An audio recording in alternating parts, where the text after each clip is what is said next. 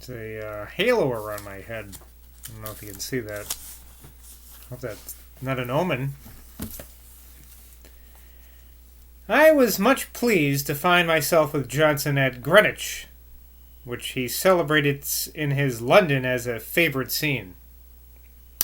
I had the poem in my pocket and read the lines aloud with enthusiasm.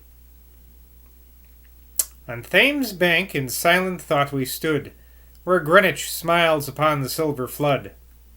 Pleased with the seat which gave Eliza birth, we kneel and kiss the consecrated earth. He remarked that the structure of Greenwich Hospital was too magnificent for a place of charity, and that its parts were too much detached to make one great whole. Buchanan, he said, was a very fine poet, and observed that he was the first who complimented a lady by ascribing to her the different perfections of the heathen goddesses. But that Johnson improved upon this by making his lady at the same time free from their defects. He dwelt upon Buchanan's elegant verses to Mary, Queen of Scots, Nympha Caledonia, and etc., and spoke with enthusiasm on the beauty of Latin verse. All the modern languages, said Johnson, cannot furnish so melodious a line as Formosam resonare doces amorliada silvas. Oh, let me see if I can get this one. No, I think Silvas is forest, though. Let's see what it says. And the woods rings with Amaryllis's name. Yeah, so I got that one at least. Afterwards, he entered upon the business of... Oh, and that's also from... see Ante, page 37. So I'm going to go back to page 37 just for a wee bit to see what we can find there.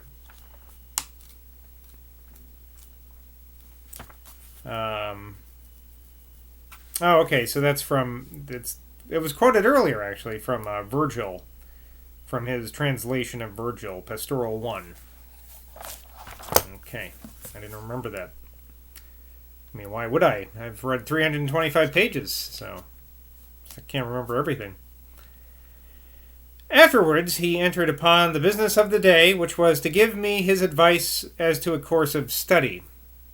And here I am to mention with much regret that my record of what he said is miserably scanty. I recollect with admiration an animating blaze of eloquence, which roused every intellectual power in me to the highest pitch, but must have dazzled me so much that my memory could not preserve the substance of his discourse. For the note which I find of it is no more than this. I quote, He ran over the grand scale of human knowledge, advised me to select some particular branch to excel in, but to acquire a little of every kind. So this great speech has been reduced to just that. Some generic advice. The defect of my minutes will be fully supplied by a long letter upon the subject which he favoured me with after I had been some time at Utrecht, and which my readers will have the pleasure to peruse in its proper place. So coming soon will be that letter. We walked in the evening in Greenwich Park. He asked me, I suppose, by way of trying my disposition, Is not this very fine? Having no exquisite relish of the beauties of nature, and being more delighted with the busy hum of men, I answered, Yes, sir, but not equal to Fleet Street. Johnson said, You are right, sir. I am aware that many of my readers may censure my want of taste. Let me, however, shelter myself under the authority of a very fashionable baronet in the brilliant world, who, on his attention being called to the fragrance of a May evening in the country, observed, This may be very well, but for my part I prefer the smell of a flambeau at the playhouse. This baronet, by the way, in a footnote, my friend Sir Michael Le Fleming. This gentleman, with all his experience of sprightly and elegant life, inherits, with the beautiful family domain, no inconsiderable share of that love of literature which distinguished his venerable grandfather, the Bishop of Carlisle. He one day observed to me of Dr. Johnson in a felicity of phrase, "There is a blunt dignity about him on every occasion."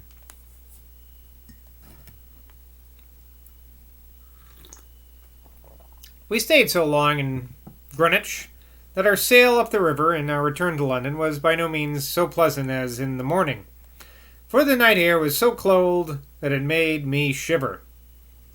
I was the more sensible of it, from having sat up all the night before, recollecting and writing in my journal what I thought worthy of preservation, an exertion which, during the first part of my acquaintance with Johnson, I frequently made. I remember having sat up 4 nights in 1 week without being much incommoded in the daytime. Incommoded, I don't know what that word is. Busy, I guess. Johnson, whose robust frame, he's fat, was not in the least affected by the cold, scolded me as if by my shivering had been a paltry effeminacy, saying, "Why do you shiver?" Sir William Scott of the Commons told me that when he complained of a headache in the post-chaise, as they were travelling together to Scotland, Johnson treated him in the same manner. "At your age, sir, I had no headache." It is not easy to make allowances for sensations in others, which we ourselves have not at the time. We must all have experienced how very differently we are affected by the complaints of our neighbours when we are well and when we are ill. In full health we can scarcely believe that they suffer much. So faint is the image of pain upon our imagination. When softened by sickness, we readily sympathize with the sufferings of others. So I guess Johnson was in perfect health, because he didn't give a shit about other people's feelings, I guess. That's the takeaway there, I guess. We concluded the day at the Turks' Head coffee house very socially. I want to go to this place. It sounds great. He was pleased to listen to a particular account which I gave him of my family, and of its hereditary estate, as to the extent and population of which he asked questions and made calculations, recommending at the same time a liberal kindness to the tenantry, as people over whom the proprietor was placed by Providence. I have to read that again. I didn't understand that. I was thinking of something else. Family, hereditary estate, to the extent, blah, blah, blah. Okay. He took delight in hearing my description of the romantic seat of my ancestors. "I must be there, sir," said Johnson, "and we will live in the old castle, and if there is not a room in the remaining, we will build one." I was highly flattered, but could scarcely indulge a hope that Blacklock would indeed be honoured by his presence, and celebrated by his description, as it afterwards was in his Journal of the Western Islands.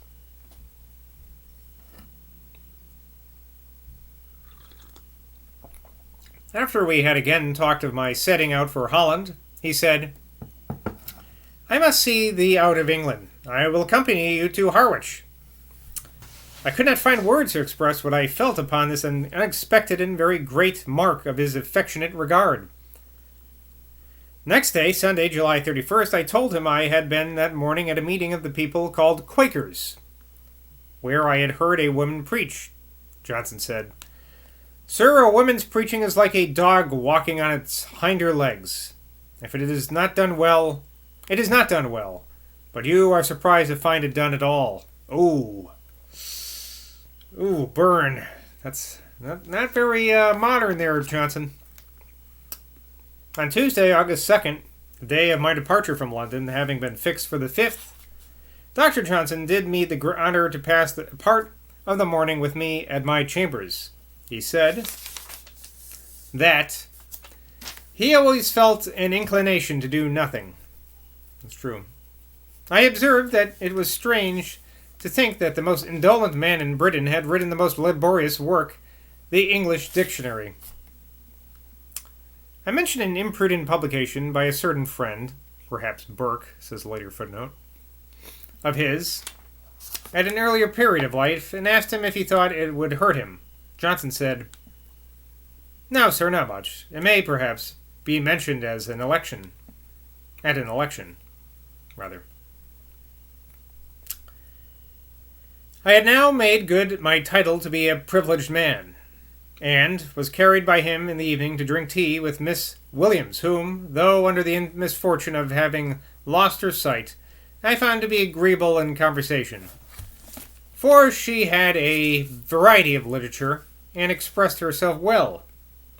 But her peculiar value was the intimacy in which she had long lived with Johnson, by which she was well acquainted with his habits, and knew how to lead him on to talk.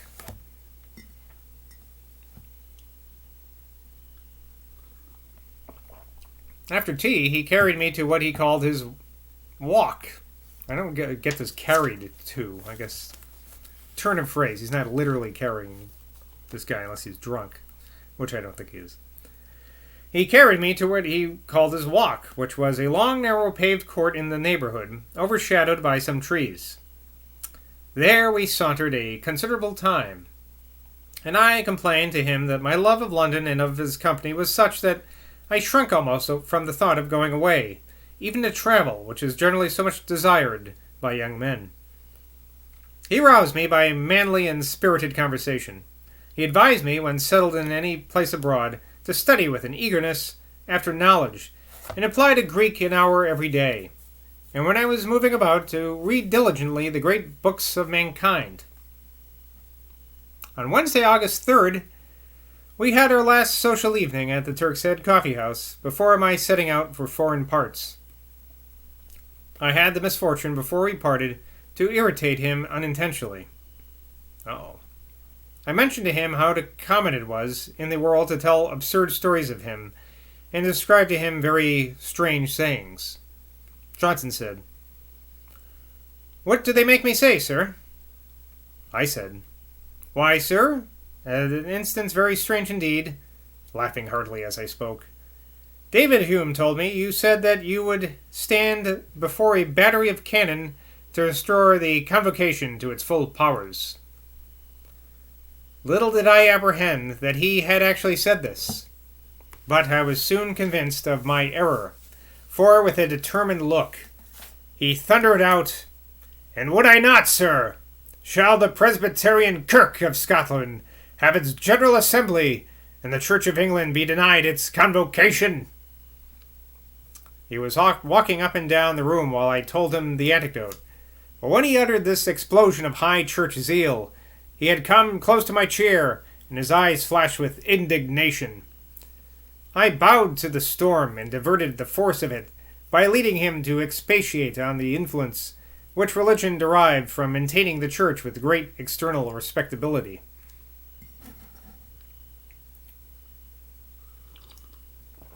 I must not omit to mention that he this year wrote the Life of Asham, and the dedication to the Earl of Shaftesbury, prefixed to the edition of that writer's English works published by Mr. Bennett.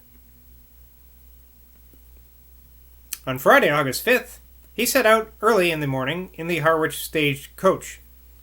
A fat elderly gentlewoman and a young Dutchman seemed the most inclined among us to conversation. At the inn where we dined, the gentlewoman said that she had done her best to educate her children, and particularly that she had never suffered them to be a moment idle. Johnson said, "I wish, madame, you would educate me too, for I have been an idle fellow all my life." "I am sure, sir," said she, "you have not been idle." Johnson answered, "Nay, madame, it is very true. And that gentleman there," pointing to me, "has been idle. He was idle at Edinburgh. His father sent him to Glasgow, where he continued to be idle. He then came to London, where he has been very idle, and now he is going to Utrecht, where he will be as idle as ever." I asked him privately how he could expose me so. Johnson said, "Poh, poh! They know nothing about you, and will think of it no more." In the afternoon, the gentlewoman talked violently against the Roman Catholics, and of the horrors of the Inquisition. To the utter astonishment of all the passengers but myself, who knew that he could talk upon any side of a question, he defended the Inquisition and maintained that false doctrine should be checked on its first appearance, that the civil power should unite with the Church in punishing those who dared to attack the established religion, and that such only were punished by the Inquisition. Okay. He's a complicated man, this Johnson. You never know what side he's going to be on here. He had in his pocket Pomponius Mala de Situ Orbis, in which he read occasionally, and seemed very intent upon ancient geography.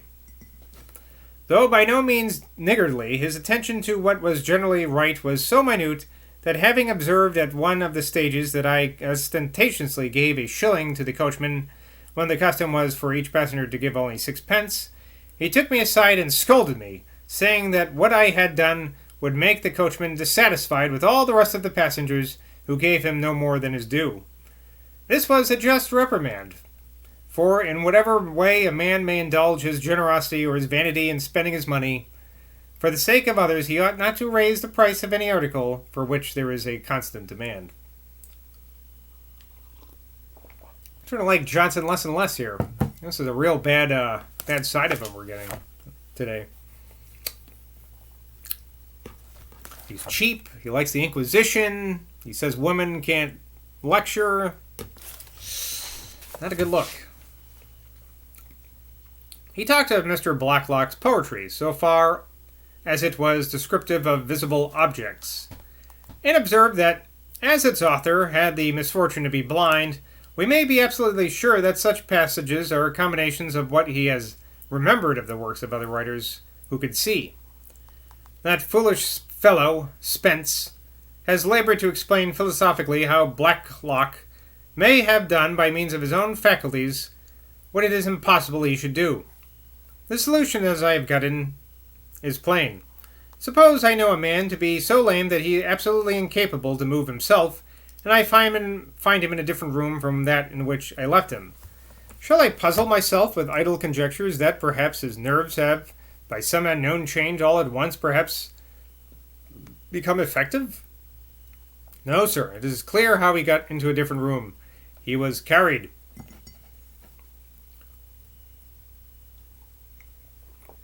Having stopped a night at Colchester, Johnson talked of that town with veneration for having stood a siege for Charles I.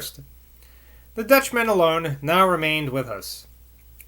He spoke English tolerably well, and thinking to recommend himself to us by expatiating on the superiority of the criminal jurisprudence of the country over that of Holland, he inveighed against the barbarity of putting an accused person to the torture in order to force a confession. Let's see what Johnson thinks about that, since he was such a fan of the Inquisition. But Johnson was as ready for this as for the Inquisition. See? Why, sir, you do not, I find, understand the law of your own country. The torture in Holland is considered as a favor to an accused person. For no man is put to the torture there unless there is as much evidence against him as would amount to conviction in England. An accused person among you, therefore, has one chance more to escape punishment than those who are tried among us. Okay. Should I read this last? I don't think so. It's a very long paragraph. I'm going to skip it. I mean, not skip it. I'm not going to skip it. I've skipped nothing in here. But I'm going to stop for today. Well, Boswell's coming off really quite a pompous jerk in that section, I gotta say. But, you know, he's got hundreds of pages to redeem himself, so I'm sure I'll get back to liking him soon enough. Until next time, when the love making continues with Boswell and Johnson, bye from Boswell.